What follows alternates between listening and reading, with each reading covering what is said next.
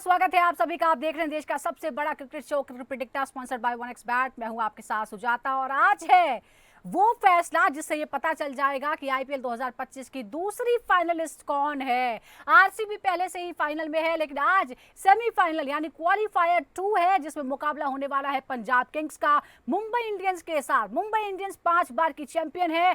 पंजाब का सपना है कि वो पहली बार ये ट्रॉफी अपने हाथ में उठाए और उसके लिए कड़ी मेहनत उसने की है। हालांकि क्वालिफायर 1 में जो परफॉर्मेंस रहा उसकी वजह से थोड़ा सा दबाव जरूर टीम महसूस कर रही होगी, लेकिन पंजाब ने जिस तरह का खेल दिखाया है पूरी उम्मीद है कि वो बाउंस बैक करेगी। कौन आज के दिन किस पर भारी पड़ेगा इस पर हम डिटेल में बात करेंगे। इतिहास क्या कहता है, रिकॉर्ड क्या कहता है, कौन आमने सामने में किस पर भारी पड़ सकता है, कौन कौन से वो प्लेयर्स होंगे जो अपनी टीम के लिए एक्स फैक्टर लेकर आएंगे, इस पर हम डिटेल में बात करेंगे। पहले आपको यह भी बता दें कि इससे पहले जब क्वालिफायर 1 हुआ था तो उसमें हुआ क्या था। दरअसल पंजाब का मुकाबला इसमें हुआ था आरसीबी के साथ। पहले बैटिंग करते हुए पंजाब सिर्फ 101 रन बना सकी थी और एमआई ने खराब शुरुआत के बाद जबरदस्त वापसी की और एलिमिनेटर में जीटी को हराया। अब दोनों टीमों की अगर हम बात करें तो 33 बार पंजाब और मुंबई का आमना सामना हो चुका है, जिसमें मुंबई ने 17 बार और पंजाब ने 16 मुकाबले जीते हैं। यानी बात जो है वो लगभग बराबरी की है। हालांकि ये पहला मौका है जब ये दोनों टीमें प्लेऑफ में आमने सामने आने वाली है, तो देखना होगा कि जो मुंबई का एक्सपीरियंस है लगातार अच्छा खेलने का, 5-5 बार ट्रॉफी जीतने का, 11 बार प्लेऑफ खेलने का, वो भारी पड़ता है या फिर पंजाब जो आक्रामक खेल दिखाती है उसकी वजह से वो इतिहास रचने में कामयाब होती है। डिटेल में इस पर हम बात करेंगे। दो खास मेहमान हमारे साथ जुड़ रहे हैं इस शो में। हमारे साथ है former cricketer and selector Sharandeep Singh और साथ ही former cricketer Noel David. Noel और शरण जी, आप दोनों का ही स्वागत है, लेकिन क्योंकि हम एक कंपैरिजन जरूर ड्रॉ करना चाहेंगे। एक 5 बार की चैंपियन है, एक को पहली बार का इंतजार है, लेकिन खेल जो है वो जबरदस्त दिखाया है पंजाब किंग्स ने भी। अब शुरुआत जो हम करते हैं वो बॉलिंग और बैटिंग के कंपैरिजन से करते हैं। शरणदीप जी, आप जरा ये आंकड़े देखिए। पंजाब की का आक्रामक जो है टॉप ऑर्डर है, एमआई के बॉलिंग जो है वो मजबूत नजर आती है। पंजाब का जो रन रेट है वो 10 के ऊपर रहा है। बाउंड्री जो है उसकी 23 से ज्यादा की उसकी बाउंड्री परसेंटेज रही है। एमआई की इकोनॉमी रेट जबरदस्त है, 8.76। डॉट बॉल में सबसे आगे 37% से ज्यादा वो डॉट बॉल खिलाते हैं। ऐसे में बढ़त आपको किसके सामने नजर आती है? एक तरफ कंट्रोल बॉलिंग है, दूसरी तरफ जबरदस्त रन रेट है। देखिए, बिल्कुल देखिए, पंजाब की जो स्ट्रेंथ है वो उनकी बल्लेबाजी है डेफिनेटली। और जो हम मुंबई इंडियंस की आपने बात की, तेज गेंदबाजी, Trent Boult, Jasprit Bumrah, Deepak Chahar unfit है, वो यहाँ पे अभी आपको नहीं दिख रहे हैं, कल भी नहीं दिखे गेम के अंदर। तो कहीं ना कहीं बहुत सारी जिम्मेदारी ट्रेंट बोल्ट और जसप्रीत बुमराह पे भी आ जाती है। और पिछला मैच इन्होंने पंजाब ने मुंबई इंडियंस को हराया था, वो भी चेस करके 185 रन। यहाँ पे ब्रायन शारा ने जबरदस्त पारी खेली, जॉश इंग्लिश है जो बड़ी जबरदस्त फॉर्म में है, मार्कस स्टोइनिस है आपके पास, श्रेयस अय्यर है। ये बहुत लंबी बैटिंग लाइनअप है पंजाब की, उसको लिए अब कहीं ना कहीं अगर हम देखें मुंबई इंडियंस की तरफ, डेफिनेटली उनमें वो काबिलियत है। और नीचे से जैसे वो हार के ऊपर आए हैं, जीतते जीतते अब तक लास्ट में पहुंच चुके हैं। अब 2 टीमें लास्ट की सेमीफाइनल्स कह सकते हैं हम। पर कहीं ना कहीं गेंदबाजी नहीं है अभी उनके पास। दीपक चहर के अनफिट होने से, फिर लास्ट मैच जो नए फास्ट बॉलर के लिए क्लिसन वो इंजर्ड होते, वो बाहर जाते देखे।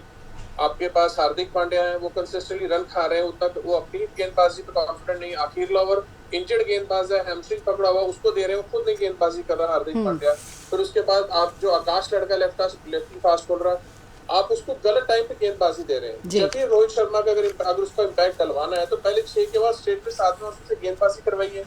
बहुत कहीं गलत चेंजेस हुई। अगर ये स्कोर 230 पिछले मैच में नहीं बना होता तो गुजरात टाइटंस उसको आराम से चेस भी करता दिखता है। इन चीजों पे आपका कह सकता हूँ कि गेंदबाजी सिर्फ 2 बंदों पे टिकी है एमआई की।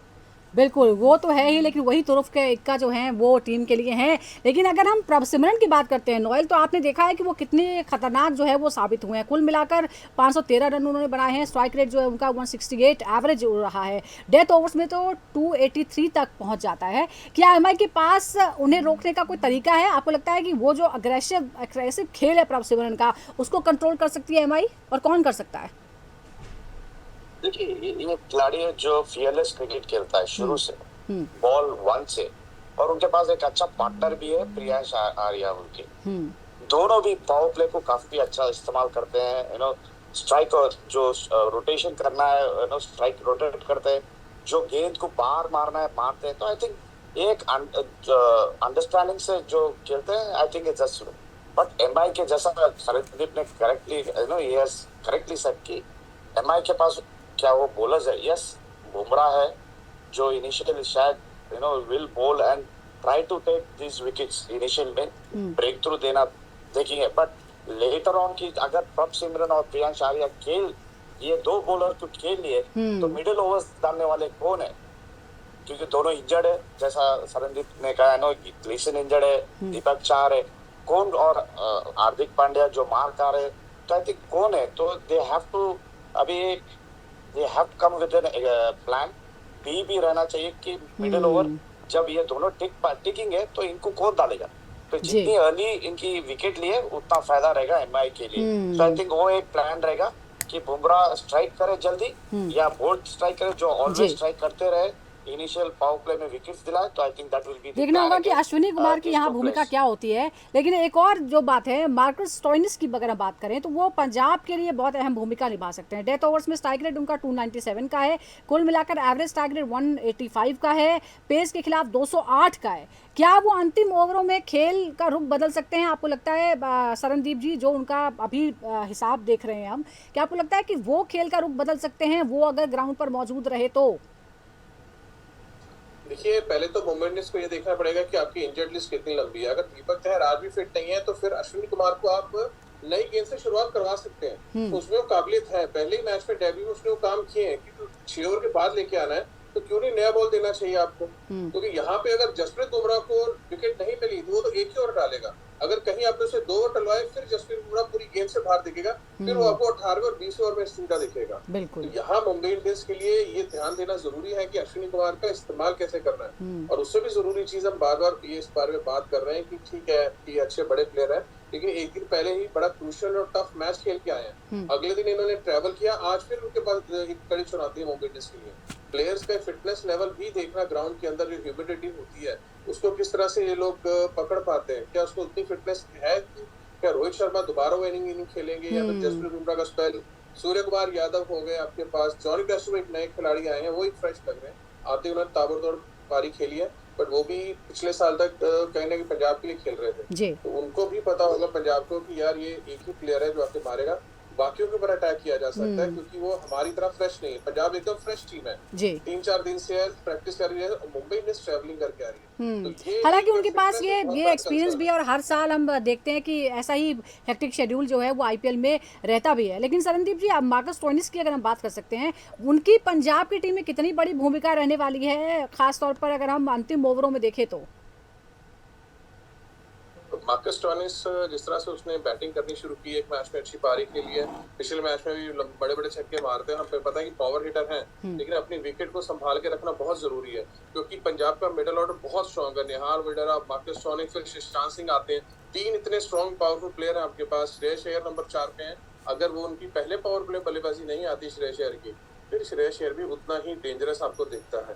पंजाब को सिर्फ एक गेम प्लान की जरूरत है कि जल्दबाजी ना करें। ये मत सोचें कि बोर्ड के ऊपर बजे 230 240 लगाने, 180 180 70 भी एक अच्छा टोटल होता है। तो विकेट्स आपके हाथ में रहेंगे तो आप हिटिंग कर सकते हैं। आपके पास प्लेयर है पावर हिटर्स जो बाद में जाके 200 प्लस रन बना सकते हैं। सिर्फ शुरू में नई गेंद पे ट्रेंट बोल्ट और बुमराह को विकेट नहीं देना, क्योंकि वो सिर्फ 1-2 ओवर ही डाले, वो प्लान रहना चाहिए। अब आपने बुमराह का जिक्र कर लिया है तो ज़रा दर्शकों को उनके आंकड़े भी बता देते हैं। इकोनॉमी रेट है 6.37, 18 विकेट ले चुके हैं, डॉट बॉल परसेंटेज जो है ज़बरदस्त है, 46.92 डॉट बॉल्स वो देते हैं। कितने इकोनॉमिकल हैं वो समझ सकते हैं। बड़ा सवाल ये है नोएल की, क्या जो आक्रामक बल्लेबाजी है पंजाब की, क्या सबसे बड़ा खतरा उनके सामने बुमराह ही हैं और क्या उनको झेल पाएंगे? क्या जैसा कि सरनदीप कह रहे हैं कि इन दोनों को निकाल दिया तो फिर उनके पास बहुत मौके होंगे? बिल्कुल, है ना, ये पंजाब को सोचना पड़ेगा कि जब आप बुमराह को फेस कर रहे हैं तो कैसा टैकल कर सकते हैं, बिकॉज ये टॉप नॉच बॉलर है, या शुरू में जैसा एक ओवर डालेंगे उसको हैंडल कैसा करना है, या बीच में आप जब आएंगे तो डेप्थ ओवर्स में कैसा हैंडल करना। और जब आई हैव ऑलरेडी टोल्ड कि पंजाब के पास थोड़ी बहुत जो मिडिल ऑर्डर है आफ्टर श्रेयस अय्यर या शशांक सिंह के बाद, वो कैपिटलाइज करने के लिए लास्ट ओवर्स को कैपिटलाइज करने के लिए कौन है, वो एक देखना पड़ेगा। क्योंकि अगर वो है देन आई थिंक थोड़ी बहुत आसान हो सकता है। अगर बुमराह को इफ यू सी बुमराह, उसके बाद उनके पास बॉलर्स नहीं है। मे बी ट्रेंट बोल्ट है बट काफी इंजर्ड लिस्ट में है, जैसा सलिंदीप ने कहा, देन टैकल करने के लिए काफी अच्छा होगा। बट मेन इंपॉर्टेंट रहेगा बुमराह को कैसा खेलना है, बस ये एक चीज है, क्योंकि इंपॉर्टेंट गेम है ये, एलिमिनेटर चांस नहीं है, तो सोच सोच के एग्जीक्यूट करना चाहिए अपनी बैटिंग प्लान्स, और एक टोटल को एक प्लान रहना चाहिए कि ये बोर्ड पे डाले और अपनी अपनी जो बॉलिंग अटैक्स है उनको हराए। चलिए, अब पंजाब के जो स्ट्राइक बॉलर है उनका भी जिक्र कर लेते हैं, अर्शदीप सिंह। अर्शदीप और जानसन की अगर हम बात करें तो उनके अर्शदीप ने 18 विकेट लिए हैं, इकोनॉमी रेट उनका जो है 8.62 का है, जानसन की बात करें 16 विकेट और इकोनॉमी रेट उनका 92 है। क्या ये दोनों जो एमआई की गहराई वाली बल्लेबाजी है जिसमें आगे आकर आते हैं स्काई, नमन धीर और हार्दिक पांड्या, क्या उन पर कंट्रोल कर सकते हैं ये? आपको सरणदीप जी लगता है कि अर्शदीप और जानसन की जो जोड़ी है वो इतनी गहरी बल्लेबाजी को काबू में करने की हालत में है? देखिए, दोनों जब तक एक साथ गेंदबाजी कर रहे थे बिल्कुल बहुत अच्छी जबरदस्त गेंदबाजी थी, प्रेशर बनाते। जब से मार्कस जेनसन वापस गए, अगर वो अवेलेबल नहीं है आपके पास तो कहीं ना कहीं, हाँ बिल्कुल, अर्शदीप कहीं ना कहीं थोड़ा सा अकेले पड़ते दिख रहे हैं। और उसके बाद उमर जाही आ रहे हैं, वो एक अच्छी गेंदबाजी कर रहे हैं, वो एक इनका अच्छा विकल्प है। लेकिन हाँ, मार्कस जेनसन की कमी कहीं ना कहीं महसूस तो जरूर होती है। लेफ्टी हैं, 6 फुट 8 इंच के हैं, जोर से लेंथ हिट करते, मारना उतना आसान नहीं है, तो वो कहीं ना कहीं चुनौती जरूर होगी। पर जरूरी उससे भी ये है कि ये देखना है कि आज क्या पंजाब किंग्स जो है वो युजवेंद्र चहल के साथ जाती नहीं जाती, वो फिट हुए कि नहीं हुए, तो वो एक बहुत ही अहम प्लेयर है, एक प्रॉपर स्पिनर की तरह, एक मैच विनिंग स्पिनर है पंजाब की। सीजन उतना अच्छा नहीं जा रहा, बट कभी कभी आप इसी मैच के लिए किस्मत आपका इंतजार कर रही होती है, इसी मैच में आपको विकेट मिलेंगे, आप जिता सकते हैं, तो वो एक अहम चीज देखनी पड़ेगी पंजाब को भी युजवेंद्र चहल के लिए। जी, माना तो जा रहा है कि जो है वो लौट आए हैं और वो फिट हैं। अब एक और ऐसे शख्स की हम बात करते हैं जो मुंबई से ही हैं, लेकिन आज एमआई के खिलाफ ही उन्हें खेलना है। पहली बार टीम की वो कप्तानी इस टीम की कर रहे हैं और फिर भी इस मुकाम तक ले आए हैं। श्रेयस अय्यर, श्रेयस अय्यर को जाहिर तौर पर बहुत सारा श्रेय जाता है इस चीज़ के लिए कि पंजाब का जो परफॉर्मेंस है इस सीज़न में शानदार दिखा है। 516 रन बना चुके हैं स्ट्राइक रेट 170 के साथ, डेथ ओवर्स में 244 के स्ट्राइक रेट के साथ। बड़ा सवाल यह है कि बुमराह, सेंटनर और बोल्ट के सामने क्या श्रेयस अय्यर उसी तरह से, जिस तरह से वो बहुत ही शांत होकर संयम के साथ खेलते हैं, क्या वो ऐसा कर पाएंगे? क्या वो एमआई की इस दबदबे को तोड़ पाएंगे? नोएल, देखिए, श्रेयस अय्यर काफी बार कर चुके हैं, मिडिल में आके नंबर 3 या नंबर 4 आके आखिरी तक संभालते हुए, इनिंग्स को संभालते हुए पंजाब सुपर किंग्स काफी बार कर चुके हैं। आप ये आईपीएल में और लास्ट ईयर केकेआर को जब खेले, ये एंकर रोल्स काफी अच्छे खेलते हैं Shreyas Iyer as a captain. जब ये खेलते हैं तो दूसरे बैट्समैन को आसान हो जाता है, बिकॉज वो जब स्ट्राइक करते हैं दूसरा बैट्समैन को पता है कि भाई जब कप्तान स्ट्राइक कर रहा है तो it is duty to just be along with him and go according to what the situation needs. वो एक है, दैट्स व्हाई श्रेयस अय्यर की विकेट काफी इंपॉर्टेंट रहती है मुंबई इंडियंस के लिए। ये सोचते हैं कि भाई इसकी विकेट मिले तो I think half the backbone टूटने का चांस है, बट वो मौका कभी देते नहीं। And he will tackle such bowlers जो उनके पास सामने आए। बुमराह को खेल सकते हैं, वो सेंटर भी इजीली लेफ्ट को दी कवर्स मारते हैं, एक स्लॉक शॉट अच्छा खेलते हैं, वो देख चुके हैं when he played against Mumbai Indians. तो एक की इंपॉर्टेंट प्लेयर है एक्स जो है श्रेयस अय्यर, जो नीचे बैट्समैन को लेके खेलते हैं, and is a selfless and a fearless cricketer जो अपने लिए देश के लिए भी खेलते हैं। I feel that he will be the X factor for Mumbai Indians के लिए, क्योंकि उनकी विकेट की जो प्राइस टैग रहेगी मुंबई के लिए, they will try to get him out at the earliest। बिल्कुल, आपने ये बहुत सही आपने बात कही है। लेकिन एक और जो मुंबई की तरफ से जो खिलाड़ी जिसके बारे में इस बार खास चर्चाएं हुई हैं, नमन धीर हैं। नमन धीर ने 233 का स्ट्राइक रेट जो उनका रहा पावर प्ले में, डेथ ओवर्स में 201 का और कुल मिलाकर 179 का। सवाल ये है कि क्या पंजाब के सामने वो एमआई के का एक सरप्राइज पैकेज हो सकते हैं, और क्या पंजाब किसी तरह उन्हें हल्के में ले सकती है? क्योंकि इतनी बड़ी स्टार स्टडीड टीम है ना, हो सकता है कि नमन धीर को कोई हल्के में ले ले और उसके बाद फिर वो भारी पड़ जाए मुकाबले के दौरान। सरणदीप जी, नहीं, देखिए, मुझे नहीं लगता पंजाब वो गलती करेगा डेफिनेटली, क्योंकि नमन धीर पंजाब की रणजी ट्रॉफी खेलते हैं और पिछले सीजन भी जबरदस्त परफॉर्म किया।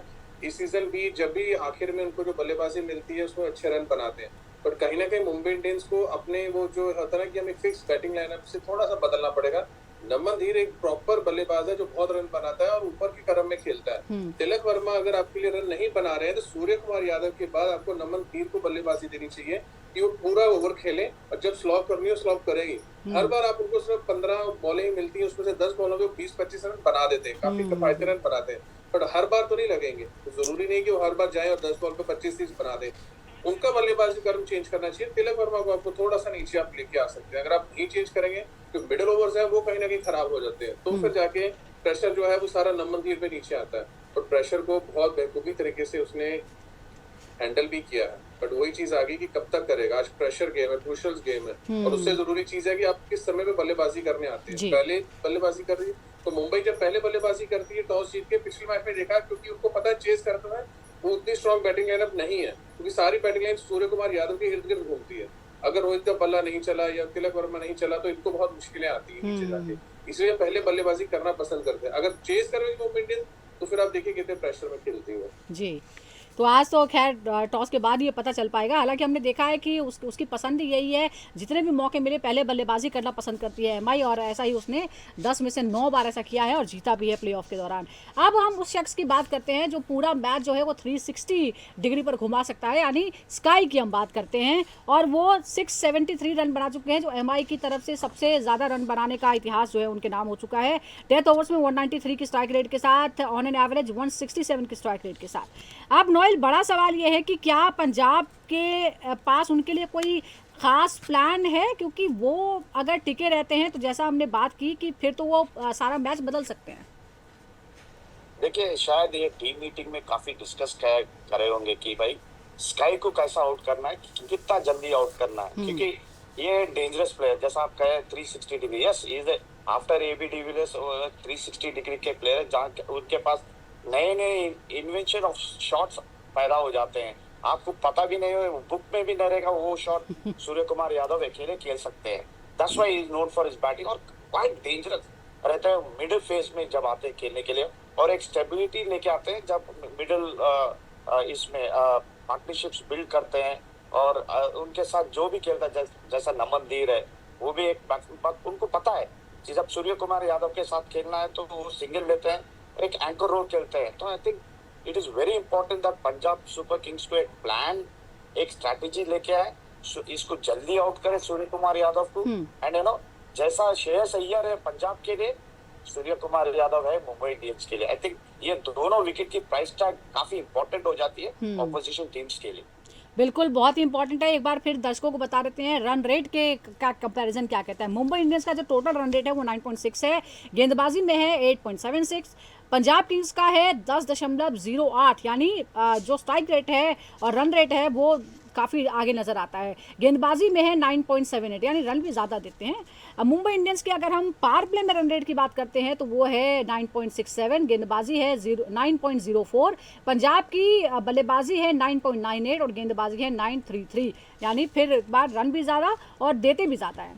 मिडल ओवर्स की बात करते हैं तो मुंबई इंडियंस की बल्लेबाजी 9.01 है, गेंदबाजी 8.25, पंजाब की है 9.24 और गेंदबाजी है 9.5। अब डेथ ओवर्स की भी कंपैरिजन हम कर लेते हैं। बल्लेबाजी में 11.31 डेथ ओवर्स में बनाती है रन मुंबई इंडियंस और देती है 9.85 के हिसाब से। पंजाब बनाती है 13.21 के हिसाब से और रन देती है 11.68 के हिसाब से। आप सरनदीप जी देखिए, मैंने जो आंकड़े पढ़े हैं, एमआई की डेथ ओवर गेंदबाजी क्या पंजाब के फिनिशर्स को रोक पाएगी, क्योंकि जो रन की उनकी रफ्तार हो जाती है वो है 13.21 के हिसाब से, जो सबसे ज़्यादा है तमाम टीमों में।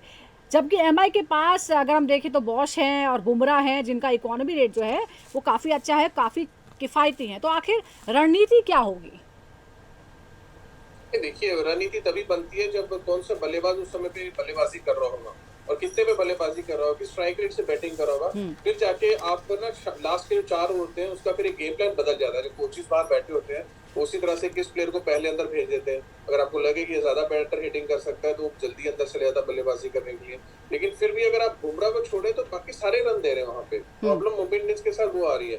और बुमराह भी पिछले मैच में देखिए पंजाब के सामने एक ही विकेट निकला, तब भी उसको रन लगे, तो मुंबई इंडियंस कहीं ना कहीं फंसी जरूर थी। क्योंकि आप एक बॉलर पे इतना ज्यादा डिपेंडेंट नहीं रह सकते, बाकियों को भी चिप इन होना पड़ेगा, बुमराह से प्रेशर हटाना पड़ेगा। नहीं हटाएंगे तो फिर पंजाब की जो बैटिंग बहुत लंबी है, जो सारे पावर प्ले जो बिग हिटर्स हैं, शशांक तक, निहाल वडेरा तक, मार्कस स्टोइनिस अगर खड़े रहे, मैं बता रहा हूँ one of the most dangerous player in Marcus Stoinis है, क्योंकि जो एबिलिटी उसमें मारने की, इंटरनेशनल खेला हुआ, वर्ल्ड कप जीते हैं, उसके पास वो तजर्बा है बड़े मैचेस जिताने का, और उसने एलएसजी के लिए काफी बार किया भी है।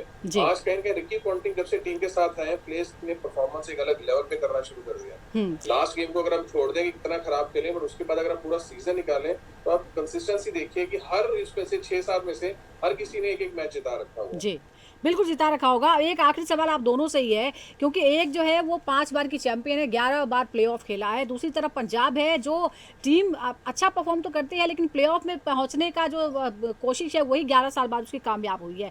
किस तरह से इस मुकाबले को आप देखते हैं, नोएल और सरनदीप दोनों ही? नोएल, आप पहले बताइए। देखिए, एक 11 टाइम फाइनलिस्ट है विद 5 टाइम्स चैंपियन है, काफी एक्सपीरियंस लेके आते हैं आज की गेम में, मैच में। और एक, I think if correct me wrong, एक वन टाइम जो है फाइनलिस्ट पे आया, and they will be looking to go into the final for the second time. और ये सीजन पूरा अच्छा खेलते हुए आए हुए हैं Punjab super Kings. I think ये काफी अच्छा मुकाबला होगा आज का मैच में, और ये देखना चाहिए कि कौन आउटबीट करता है अपने ईच अदर, क्योंकि ये ऐसी फॉर्मेट है कि आप एक सिंगल मिस्टेक करें, यू नो, योर बिल्कुल 2020 का गेम ही ऐसा है। सरनदीप जी, आपको क्या लगता है इस कॉन्टेस्ट के बारे में? देखिए जी, मुंबई इंडियंस को वैसे ऐसी बाजियां जीतनी बिल्कुल आती, जैसे नोएल ने वेल सेट की, इतने साल से अब जीतते आ रहे हो चैंपियन, सबको पता कि कैसे प्रेशर सिचुएशंस को हैंडल करना, और सारे ही एक तजर्बेकार खिलाड़ी अपनी टीम में, बट कभी ना कभी जो एक यंग टीम होती है पंजाब, उसमें बहुत ज्यादा जीतते, वो ज्यादा जोश से आ रही है ऊपर खेलने के लिए। तो कहीं ना कहीं मुझे लग रहा है कि पंजाब का पलड़ा बिल्कुल यहाँ पे भारी दिख रहा है आज का मैच। जी, तो अब यही देखना है कि अनुभव पर जोश भारी पड़ता है क्या। Mumbai Indians versus Punjab Kings आज है क्वालिफायर 2 यानी सेमीफाइनल, और उसके बाद जो जीतेगा वो पहुंचेगा फाइनल में, जिसकी भिड़ंत होगी आरसीबी के साथ 3 जून को। और 3 जून को क्रिकेट प्रेडिक्टर भी आपके लिए खास एपिसोड लेकर आएगा, तो आप भी हमारे साथ जरूर जुड़िए। फिलहाल बहुत बहुत शुक्रिया आपका नोएल, और सरनदीप जी आपका भी बहुत बहुत शुक्रिया।